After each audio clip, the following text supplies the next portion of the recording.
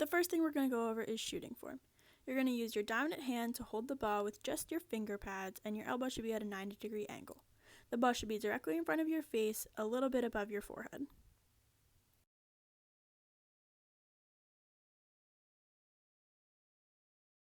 Next is the guide hand. This is your non-dominant hand placed on the non-dominant side of the ball, and it's just going to help you shoot the ball. It should barely be touching the ball. It's just supposed to help it keep stable on your dominant hand.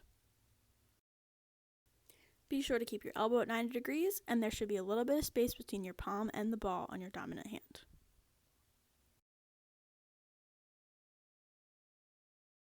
During a jump shot, you want to bend both of your knees and jump up and straighten both of your knees at the same time. For the follow-through, you only want your dominant hand going straight up into the air, and then you flick your wrist forward.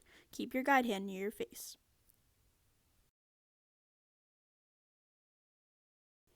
Practice the jump and the follow-through a few times by yourself. Just throw it straight up into the air and then let it bounce, and then find the ball, get back in starting position, and jump and shoot again.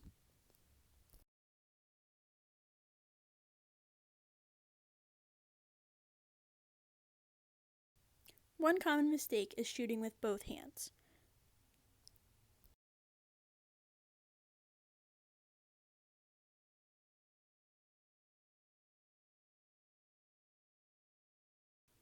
Shooting with both hands is not the best way to shoot, and you should really focus on just using your dominant hand and your guide hand.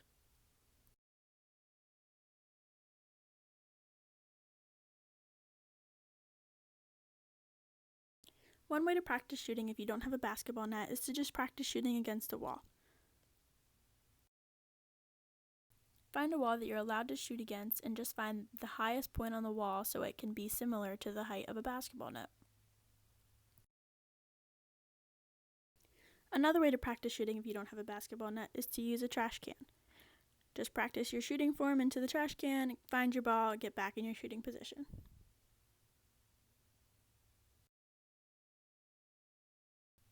You can start really close to the trash can, and then as you get more comfortable, take steps back to make it harder.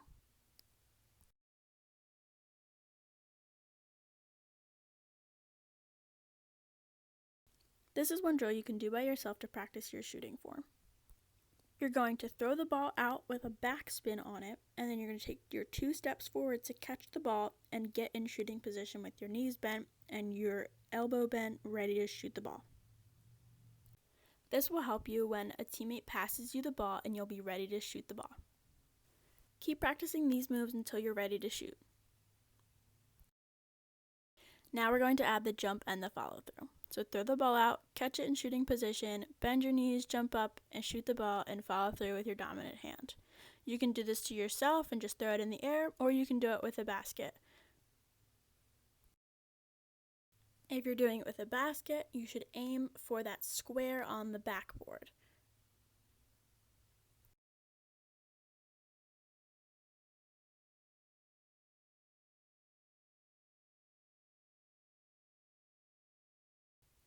Here is a drill to learn layups.